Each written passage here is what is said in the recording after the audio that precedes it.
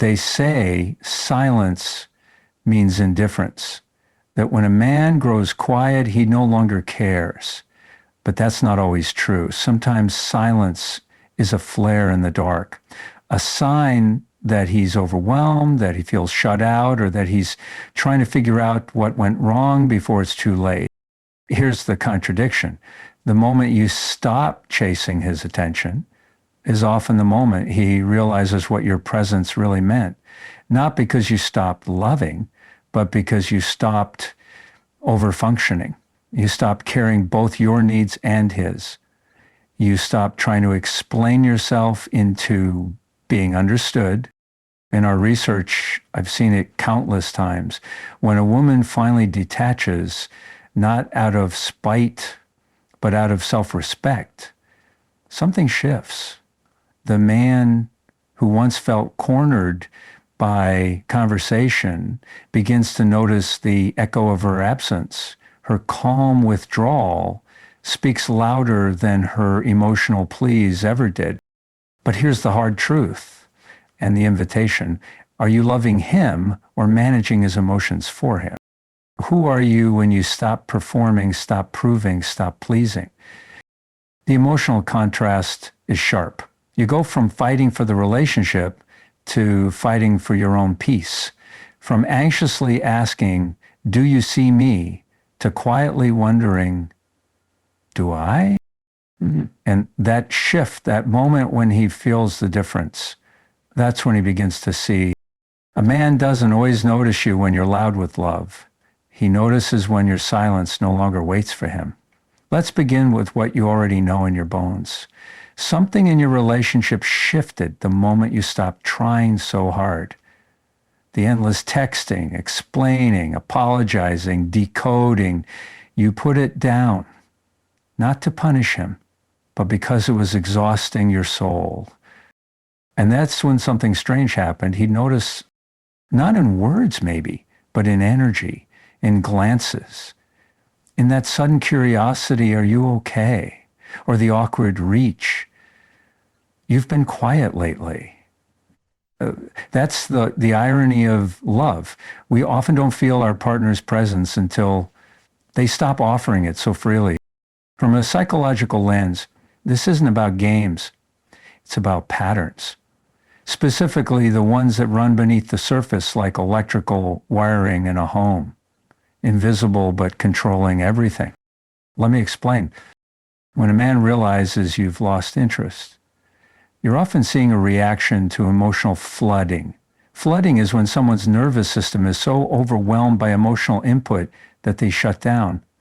It's not that they don't care. It's that their body is trying to survive the perceived emotional threat. Raised voices, difficult conversations, or simply feeling not enough. So when you detach, especially if you've been the emotional initiator, the peacemaker, the one doing all the work, his nervous system notices that shift, the flood recedes, there's space, and paradoxically that space makes him feel safer to turn toward you again. Here's the aha moment.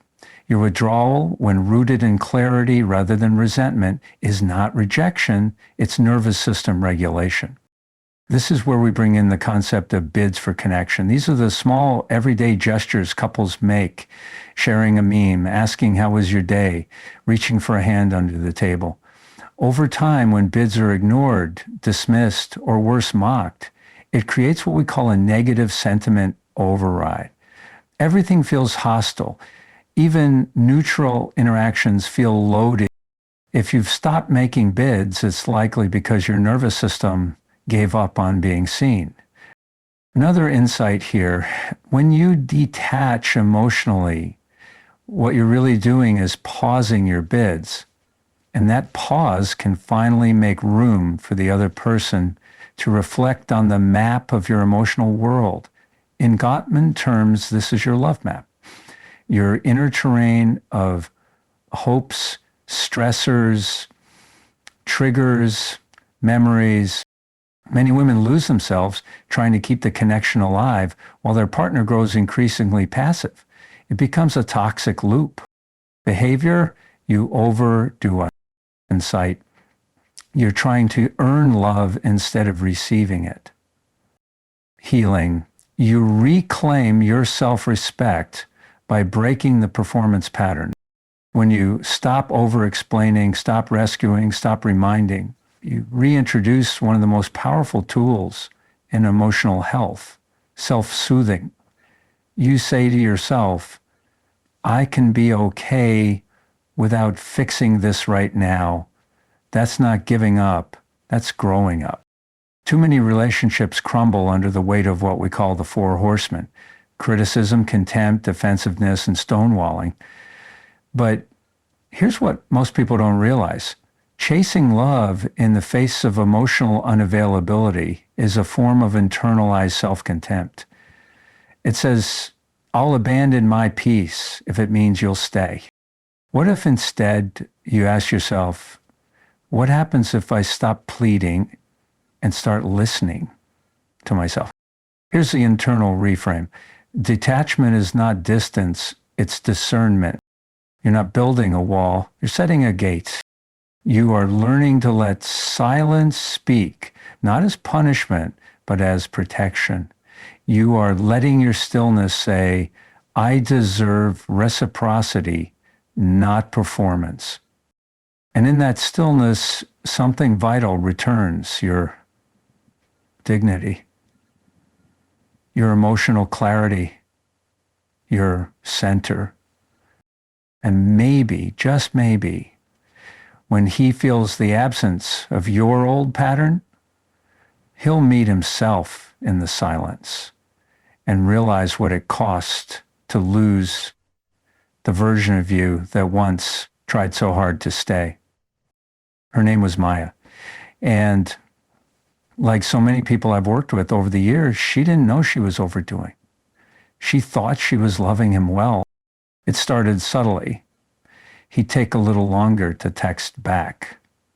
Conversations became shorter, a little distracted. He stopped asking about her work, presentations, something he used to celebrate. She told herself he was just tired. She filled in the silence with reasons, with empathy. She carried the weight of two emotional lives. One night after they had a tense exchange about weekend plans, he said he was just not up for anything heavy. She stayed up, writing a long message, 7 paragraphs, explaining how she felt, how she didn't want too much, just consistency.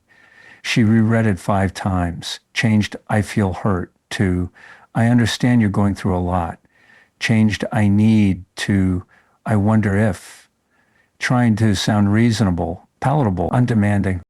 She hovered over the send button, then didn't press it. She closed her phone, sat there, and breathed. The silence in that moment was louder than any of their conversations over the past month. The next morning, she didn't wake up anxious. She didn't refresh her notifications. She didn't text good morning like she always did, hoping to stir connection. She didn't ask if they were still on for dinner. She didn't perform. She simply lived her day. At noon, her phone lit up. You okay? It wasn't cruel. It wasn't kind. It was curious, startled maybe. He noticed. For the first time in weeks, he noticed her absence. But something had already shifted, not in him, in her. Later that week, she stood in front of the bathroom mirror after a long day, no makeup, hair tied up, tired but peaceful. She looked herself in the eyes, and this thought passed through her mind like a whisper. This version of me doesn't beg. She saw it clearly. The part of her that once chased his love wasn't just exhausted. It was misaligned. It had confused emotional labor for intimacy. She wasn't just trying to keep him. She was trying not to lose herself. And now she was choosing to stop the cycle, not to punish him, but to return to her own inner stillness. She didn't need a dramatic ending or a grand apology. She just needed to feel whole in her own skin again. She stopped trying to be unforgettable in his life and remembered she was irreplaceable in her own. One of the hardest moments in a relationship is when you feel yourself pulling back, not out of malice, but from emotional depletion. When you no longer feel the need to explain yourself, to text first, to keep the connection stitched together with your own hands, that quiet detachment isn't always about giving up. Sometimes it's the beginning of emotional clarity. And to move through that moment with integrity, you need tools that honor both your pain and your power. Let's begin with something deceptively simple but deeply effective, the 60-second pause. This is what I call a nervous system recalibration. When you feel triggered by a dismissive comment, a late reply, or that familiar wave of being emotionally dismissed, pause. Breathe for 60 seconds before reacting. This isn't passive, it's intentional. Neuroscience backs this. A full minute gives your body time to shift from fight or flight into self-regulation. And from that calm, you can make a choice that honors your boundary, not your wound. During that pause, silently ask yourself, what is the need beneath this reaction? Often it's not about the text or the tone. It's about the longing to feel seen. Now try this tonight, especially if you're feeling that quiet urge to reach out to someone who's growing distant. Write instead of reaching. Journal this prompt. What did I give today that I didn't receive in return? You may be surprised by what shows up. Time, reassurance, patience, maybe even intimacy. Seeing it on paper is like turning on a light in a dark hallway. It validates your effort without needing another person's approval. Let's move to a tool that feels almost sacred in its practice, the 3-1 internal repair method. This comes from our understanding of emotional ratio work in thriving relationships. Our research at the Gottman Institute found that couples who stay emotionally connected long-term have a ratio of at least 5 positive interactions for every negative one. When that ratio drops, emotional burnout begins.